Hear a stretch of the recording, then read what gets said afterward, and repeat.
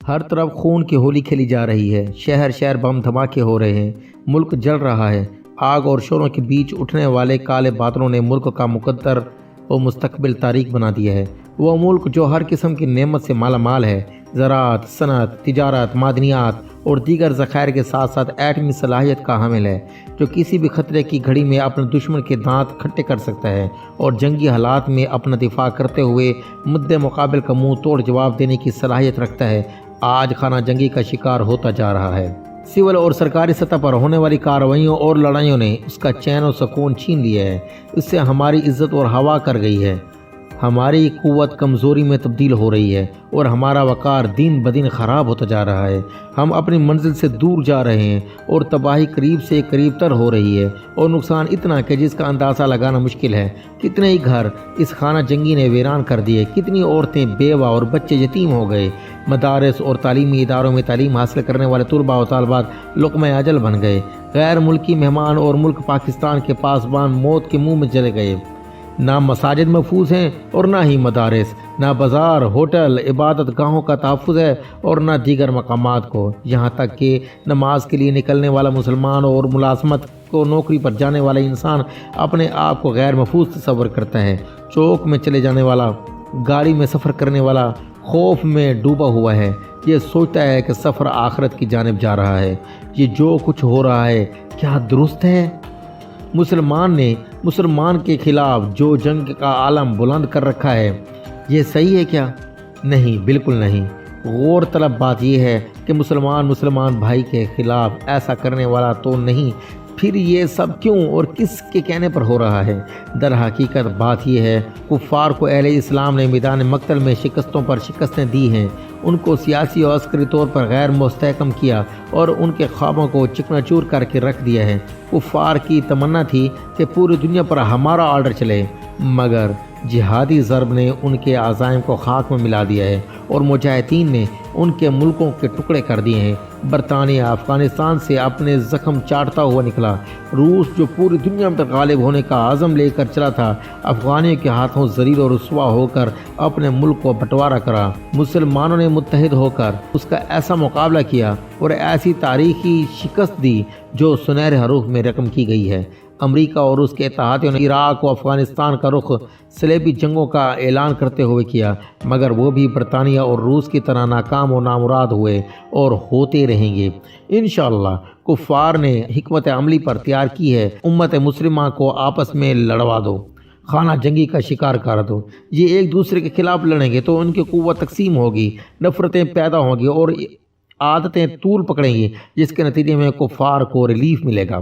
Relief لینے کا انہوں نے آسان اور مؤثر طریقہ یہ تلاش کیا ہے، جہاں جہاں اسلامی عسکری تحریکیں موجود ہیں وہاں انہوں نے یہ اندازہ اختیار کیا ہے، عوام اور حکام کو آپس میں لڑا دیا اور ایک دوسرے کے خلاف کھڑا کر دیا ہے، بلکہ حکومتوں کو مجبور کیا گیا کہ وہ اپنے عوام کے خلاف گن گولی کا استعمال کریں۔ اسی طرح حکومت پاکستان کو مجبور کیا اور پریشر ڈالا کہ وہ اہل وطن پر بارودوں کی بارش کرے اور ان کے خلاف کارروائیاں کرے۔ وانا اور وزیرستان اور سرحدی علاقوں میں جو کچھ کیا گیا اور اس کے رد عمل میں جو کارروائیاں اور خودکش حملے آبادیوں میں ہوئے، اس سے اہل کفر کو خوشی تو ہو سکتی ہے، اہل اسلام سے مسرور نہیں ہو سکتے۔ ہم حکومت کو دعوت دیتے ہیں کہ ان کارروائیوں کو ختم کرے، ہم وطنوں پر رحم کرے، اللہ تعالیٰ کے احکام کو سامنے رکھے، دشمن کی چالوں سے باخبر رہے اور ان کے عزائم اور خواہشات کی تکمیل کی بجائے اسکار کرے اور ملک کے نظام کو بہتری کی طرف لے جانے کی بھرپور اور مؤثر ترین کوشش کرے۔ اور جو بھائی اور جماعتیں رد عمل کا شکار ہیں ان سے بھی یہی اپیل و التجا ہے کہ اللہ تعالیٰ کے حکم کے سامنے رکھیں، خانہ جنگی کی فضا کو طول دینے کی بجائے اس کا خاتمہ کریں اور کفار کے خلاف متحد ہو جائیں۔ ضرورت اس بات کی ہے کہ حکام، عوام اور افواج سب مل کر کفار کی سازشوں کو ناکام بنائیں اور اپنا ملک بچائیں، جس کو توڑنے کے لیے امریکہ اپنے اتحادیوں کو لے کر آیا ہے اور جس کے خلاف را اور موساد متحرک ہیں۔ ملک کے نامور تجزیہ نگار اور کالم نگار، عسکری تجربہ کار اور ان کے خباشتوں سے پردہ اٹھا چکے ہیں اور اہل وطن اور اہل اسلام کو آگاہ کر چکے ہیں کہ اس وقت ملک میں کون سے ہاتھ میں ہیں جو اس کو توڑنے کے در پہ ہیں۔ ملک توڑنے والے ہاتھوں کو کون توڑے گا؟ منطقی انجام تک کون پہنچائے گا؟ اس کے عزائم کے خلاف کون کھڑا ہوگا؟ منتشر، متفرق اور خانہ جنگی کا شکار لوگ ان کا مقابلہ نہ کر پائیں گے۔ ضرورت ہے متحد ہونے کی، متفق رہنے کی، تب ہی ہم بڑے نقصان سے بچ سکتے ہیں۔ اس خانہ جنگی سے جو بڑا نقصان ہو رہا ہے وہ جہاد فی سبیل اللہ کا نقصان ہے، اور اسے مجاہدین فی سبیل اللہ بدنام ہو رہے ہیں۔ امریکہ، انڈیا، اسرائیل اور یورپی یونین کا خواب اور خواہش بلکہ کوشش یہی ہے کہ جہاد اور مجاہدین بدنام ہو جائیں۔ اس پروپیگنڈا سے بچنے کے لیے اللہ تعالیٰ کے رسول اللہ صلی اللہ تعالیٰ علیہ وآلہ وسلم نے عبداللہ بن ابی جیسے رئیس المنافقین کو قتل کرنے سے اجتناب کیا، تاکہ لوگ یہ نہ کہیں کہ محمد مصطفیٰ صلی اللہ تعالیٰ علیہ وآلہ وسلم اپنے ساتھیوں کو قتل کرواتا ہے، جبکہ یہ بات حقیقت ہے کہ عبداللہ بن ابی نبی اکرم صلی اللہ علیہ وآلہ وسلم کا دل و جان سے ساتھی نہ تھا، آپ کا مخالف اور دشمن تھا، مگر ظاہری تعلق کی وجہ سے اس کو قتل نہ کیا گیا۔ اگر منافق کو معافی ہو سکتی ہے تو مسلمانوں کو کیوں نہیں ہو سکتی؟ آپس میں جھگڑے ختم کریں۔ بہرحال اللہ تعالیٰ کا خوف انسان کو بڑے بڑے گناہوں سے محفوظ کر لیتا ہے۔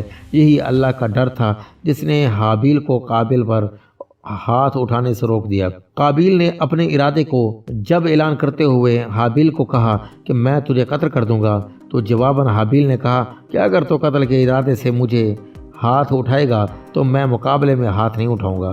میں اللہ تعالیٰ سے ڈرتا ہوں جو رب العالمین ہے۔ رب العزت کا خوف اور ڈر فریقین اور اپنے اندر پیدا کریں، ایمان و اسلام کی سلامتی اور ملک کے تحفظ کے لیے متحد ہو جائیں، خون ریزی اور خانہ جنگی سے ہاتھ اٹھا لیں۔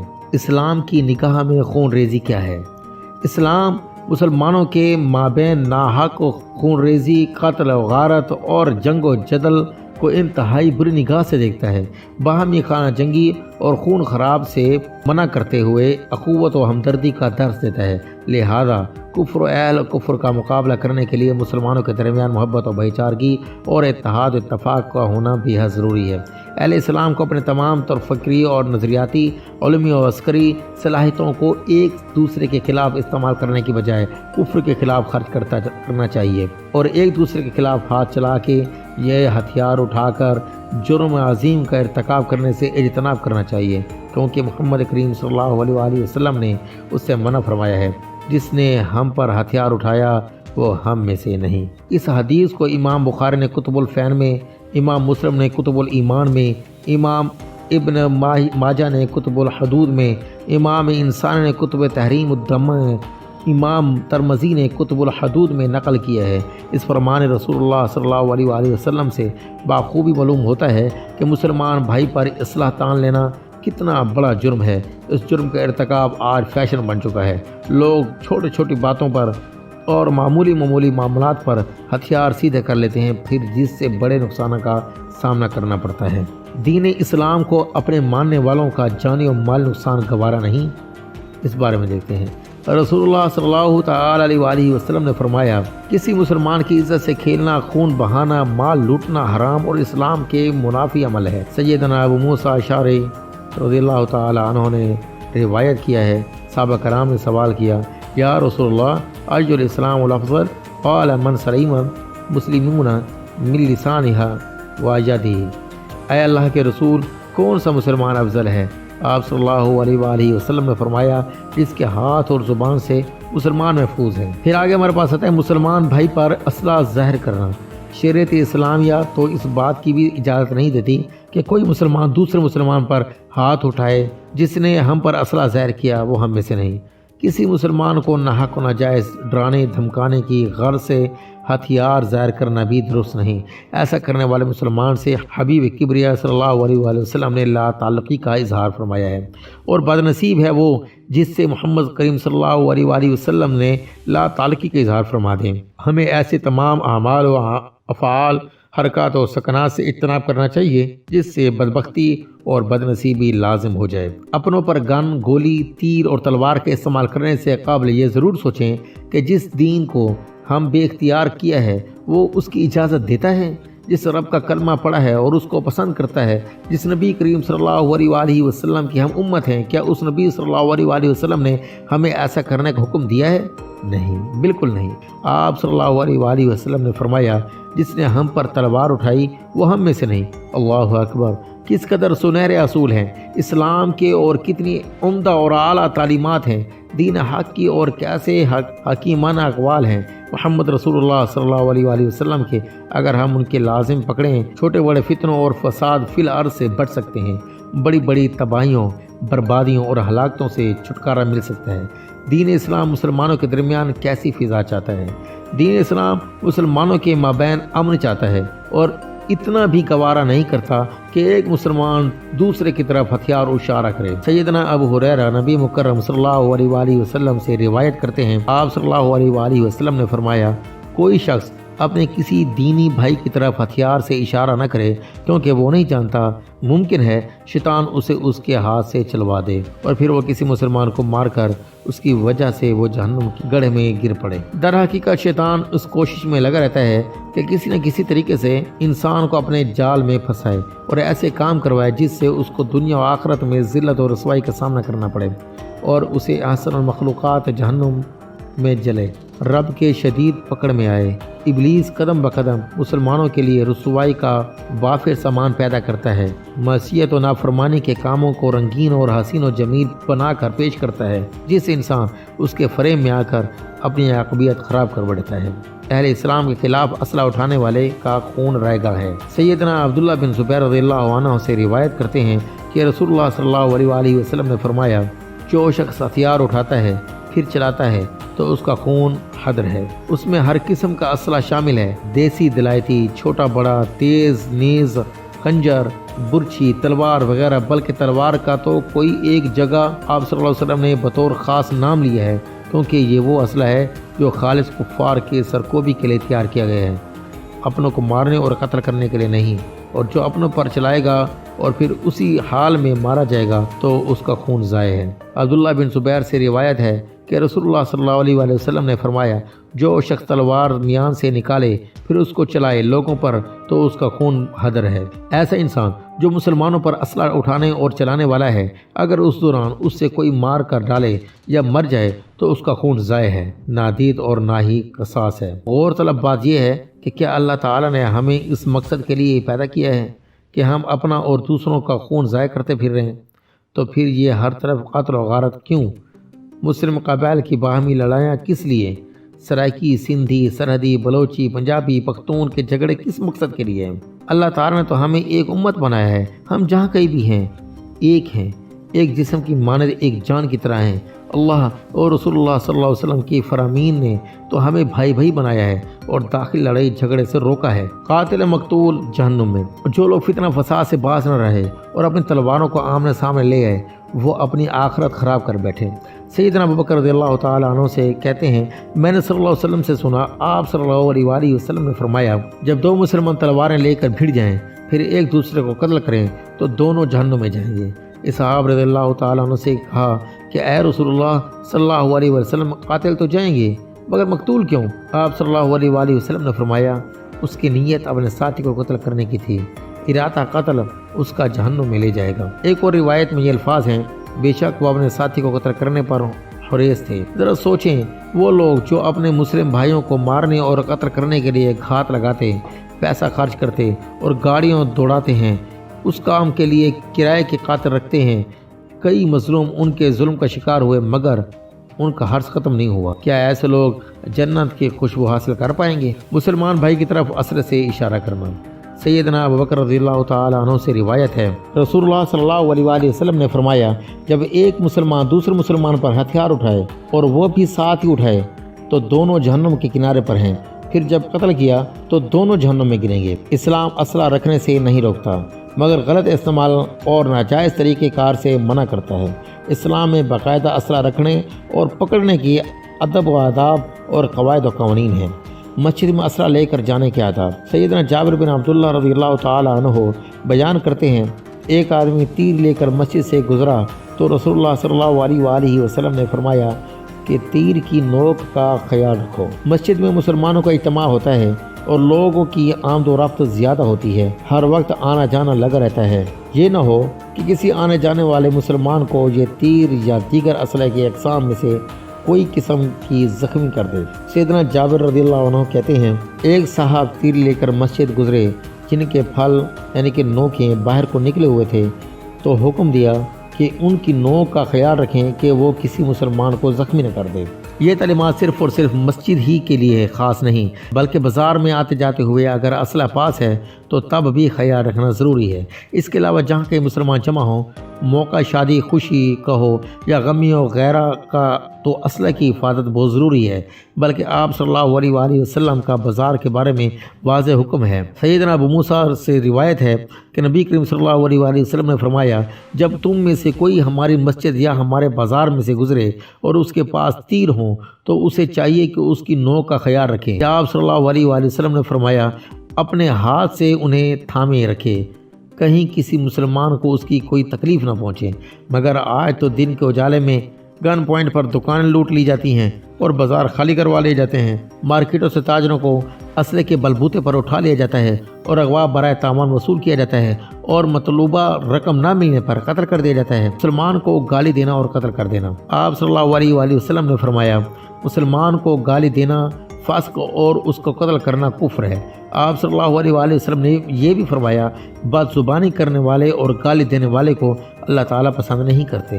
آج گالی دینا روٹین بن چکا ہے، اس کے بغیر کلام نامکمل اور گفتگو ادھوری تصور کی جاتی ہے، دو جملوں کے بغیر تیسری گالی ہوتی ہے۔ اس فسق و فجور والے کام کو کرتے ہوئے لوگ لذت محسوس کرتے ہیں، جبکہ یہ بڑے گناہوں میں سے ہے۔ اور اسی طرح ہتھیار اٹھا کر لڑنے کو آپ صلی اللہ علیہ وسلم نے کفر قرار دیا۔ ابن عمر سے روایت ہے، انہوں نے نبی کریم صلی اللہ علیہ وآلہ وسلم سے سنا، میرے بعد گمراہ نہ ہو جانا کہ ایک دوسرے کی گردنیں مارو۔ ان احادیث سے رسول اللہ صلی اللہ علیہ وسلم سے سبق ملتا ہے کہ ایک دوسرے کا قتل مسلمانوں کو گمراہی اور کفر کے گڑھے میں گرا دیتی ہے، جس سے اس کی دنیا و آخرت برباد ہو جاتی ہے۔ یہ بربادی اور ہلاکت آج ہم اپنے ہاتھوں سے خرید رہے ہیں، بلکہ یہ ہاتھ بک رہی ہے۔ ملک کے مختلف جماعتیں تنظیمیں ایک دوسرے کے خلاف اسلحہ اٹھا کر قتل و غارت اور مرنے مارنے میں مصروف ہیں۔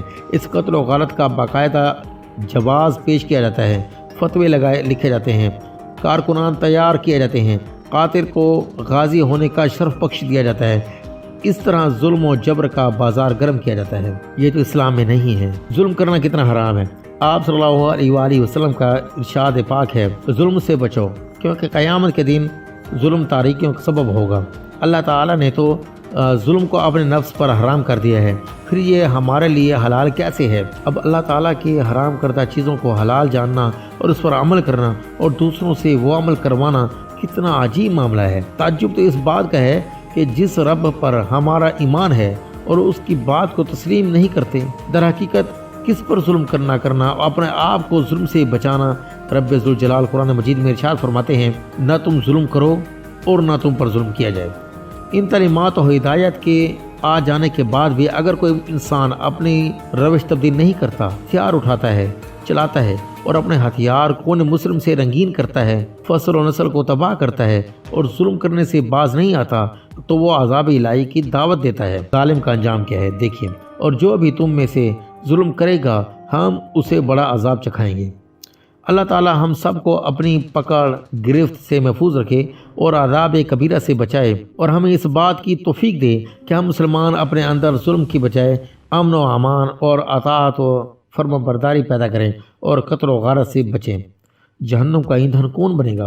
ارشاد باری تعالیٰ ہے، اور جو کسی مومن کو جان بوجھ کر قتل کرے تو اس کی جزا جہنم ہے، اس میں ہمیشہ رہنے والا ہے، اور اللہ اس پر غصے ہوگا اور اس نے اس پر لعنت کی اور اس کے لیے بہت بڑا عذاب تیار کیا۔ اسی دوزخ سے بچنے کے لیے تو ہم نے کلمہ پڑھا اور نبی کریم صلی اللہ علیہ وآلہ وسلم کے امتی ہیں۔ وہ نبی قطعاً امر کی اجازت نہیں دیتے اور اللہ اس عمل کو محبوب نہیں رکھتے، بلکہ قرآن نے تو ایک جان کا ناجائز قتل کو پوری انسان کا قتل قرار دیا ہے۔ ارشاد باری تعالیٰ ہے، جس نے ایک جان کو کسی جان کے بدلے کے بغیر یا زمین و فساد کے بغیر قتل کیا تو گویا اس نے تمام لوگوں کا قتل کیا۔ تین قسم کے لوگ ایسے ہیں جن کا قتل جائز ہے: شادی شدہ، زانی، وہ رجم کیا گیا جائے۔ دوسرا وہ جو ناحق کسی کو قتل کرے، وہ قصاص میں مارا جائے گا۔ تیسرا وہ جو اسلام لا کر پھر مرتد ہو جائے۔ یاد رہے کہ ان تینوں کو قتل کرنا اسلامی حکومت کا کام اور ذمہ داری ہے۔ کسی عام آدمی، شہری یا دیہاتی کو اختیار نہیں ہے کہ وہ اسلامی ملک کے قوانین کو ہاتھ میں لیتے ہوئے اتنا بڑا قدم اٹھائے۔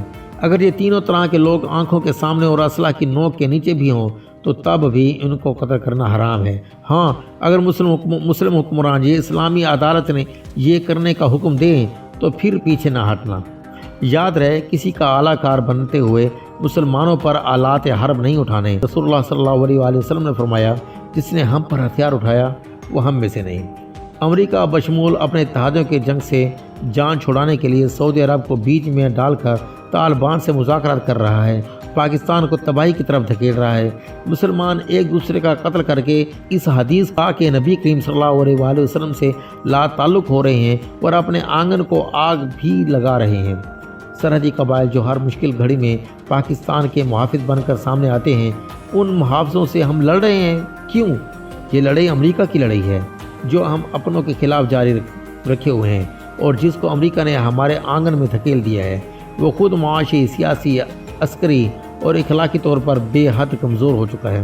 ہمیں بھی وہ اپنے ساتھ گھسیٹنا چاہتا ہے۔